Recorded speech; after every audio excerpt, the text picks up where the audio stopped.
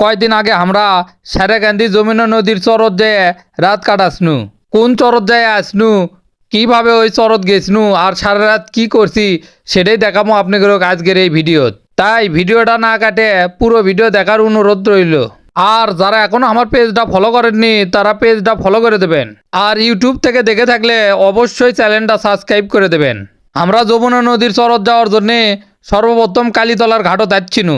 তারপরে একটা ভ্যানত করে আমাদের সব জিনিসপত্র নিয়ে নৌকোর দিকে যাচ্ছিনু। আমরা এই ঘাটত বিকেলবেলা এসে পৌঁছিসনু। বিকেলবেলা যে সুন্দর দৃশ্য রে ভাই, যা আপনি করে কয়ে বুঝন যাবি লাই।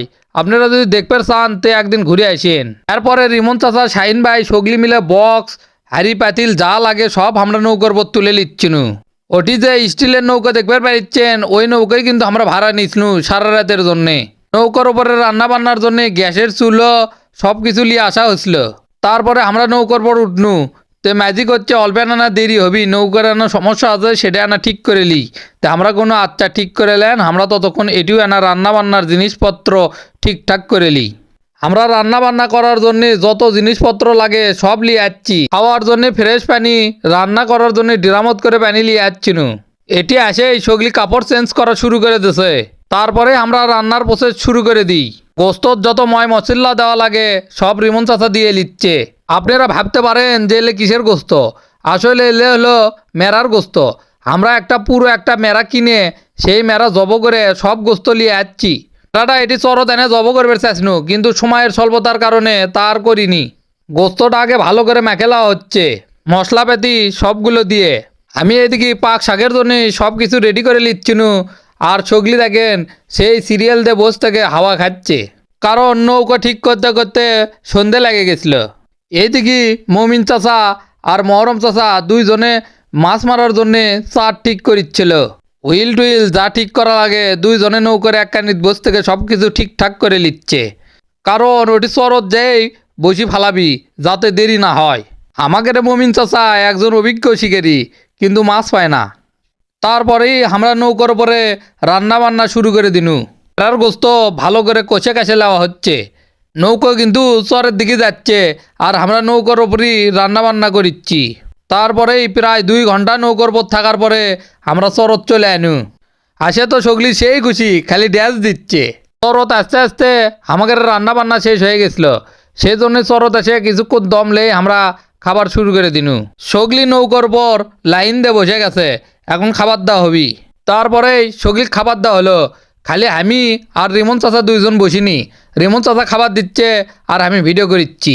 আজকে আমাদের সাথে ঘুরবে যাচ্ছিল বিপুল ভাই, ওটা নৌকাওয়ালা ভাই, মমিন চাচা, রাসেল চাচা, মহরম চাচা, শাহিন ভাই, সাগর চাচা, সাবি চাচা, রাশেদ চাচা, কাপি চাচা, ইমরান ভাই, রেমন চাচা আর আমি। আমরা রাতের বেলা করিসনু মেরার গোস্তর কষানি আর সাদা ভাত।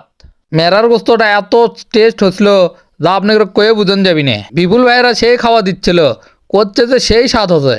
শাহিন ভাই তো করছে এত সুন্দর তরকারি আমি জীবনেও খাইনি, সেই স্বাদ হচ্ছে মেরার গোস্তর তরকারি। আর সাগর চাচার কাছে তো সবই ভালো লাগে, যাই পায় তাই খালি সুত্তে মারে। খাওয়া শেষে কিন্তু দইয়েরও ব্যবস্থা আসলো, সগলিক দই দেওয়া হচ্ছে। দেখেন কত বড় একটা ডঙ্গিত করে দই নিয়ে আসা হচ্ছে। দই পায়ে তো সগলি খালি সুত্তে মার দিচ্ছে। তারপরে সগলির প্রায় খাওয়া শেষের মধ্যে তখনই আমি আর রিমন চাচা বসে গেনু। এত সুন্দর পরিবেশে এত সুন্দর তরকারি দিয়ে ভাত খেতে যে এত সুন্দর লাগিচ্ছিল যে আপনাকে কয়ে বুঝন যাবি না। খাওয়া দাওয়া শেষে বিপুল ভাই আর আমি নদীর শয়তান জাল ফালাচ্ছিনু। শয়তান জাল ফালাবার এসে এটি কোনো লাঠি লুটি না পাওয়াতে একটা কলার গাছ পরে আসলো। এই কলার গাছের সাথে শয়তান জাল বেঁধে তুছনু। আর কলার গাছের ওপর বিপুল ভাই মাটি দিচ্ছিল যাতে কলার গাছ উঠে না যায়। আর এই জায়গাত মমিন চাচারা হুইললে বসছিল মাছ মারার জন্যে। সারা রাত মাছ মুছ মারতে মারতে অল্প না ঘুম আসছিনু। ঘুমোর থেকে উঠে দেখি সকাল হয়ে গেছে। সকালে ঘুমোর থেকে উঠে দেখি চারিদিকে এত সুন্দর দৃশ্য যা আসলেই অনেক চমৎকার। তারপরে আমরা হুইল টুইল তুলে সেই নৌকার দিকে রওনা দিনু, কারণ আমরা যেটি হুইল ফালাসনু তার থেকে একটু সরে নৌকা আছে। আমি নৌকার দিকে যাচ্ছিনু।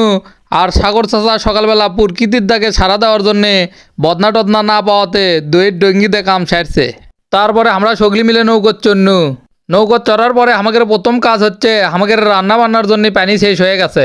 সকালবেলা যে আমরা রান্না কর্ম সেই পানি নাই, সামনে একটা গ্রাম দেখা যাচ্ছে, সেই গ্রামত আমরা যাচ্ছি পানি নেওয়ার জন্য। অবশেষে আমরা একটা বাড়ি দেখতে পারবেন, সেই বাড়ির এটি এখন আমরা থামামো, থামে ওই বাড়িতে পানি লিমো। আর দেখেন ব্লক দিয়ে পার এত সুন্দর করে বান্ধিছে, যা দেখার মতো একটা দৃশ্য।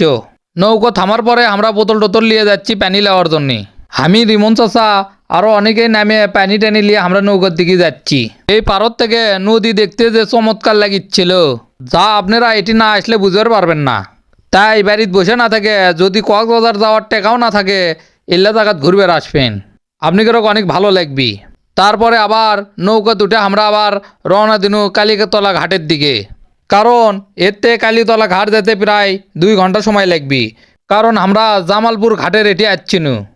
সকালবেলা দেখেন নদীর কত স্রোত, নদীর পানি খালি ঢেউ খেলাচ্ছে। সকালবেলা নৌকার ওপরই নাস্তা তৈরি হচ্ছিল। আমরা অতি তাড়াতাড়ি এসে পৌঁছিসনু থেকে কালীকতলা ঘাটের আগে একটা চরদ আমরা নামছিনু। এটি ইমরান ভাই আর রিমন চাচা সকালবেলার খিচড়ি রান্ধিচ্ছিল।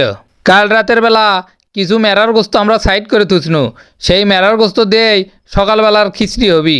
এই দেখি ইমরান ভাইরা খিচড়ি রান্ধিচ্ছিল, আর চ্যাংরা ব্যাংরা সগলি চরের উপর গেছে। আমি আনা চরের উপর আনু, আসে দেখি যে বিন্নের তো ভসে। তারপরেই কিছুক্ষণের মধ্যে খাবার তৈরি হয়ে গেছে, সগলিক ডাকিচ্ছে, সগলি ওটি চলে গেছে, এখনো আমি যাইনি। খাওয়া দাওয়ার আগেই আমি আর বিপুল ভাই গোসল করার জন্য নামছিনু, ওরা কেউ নামিনি।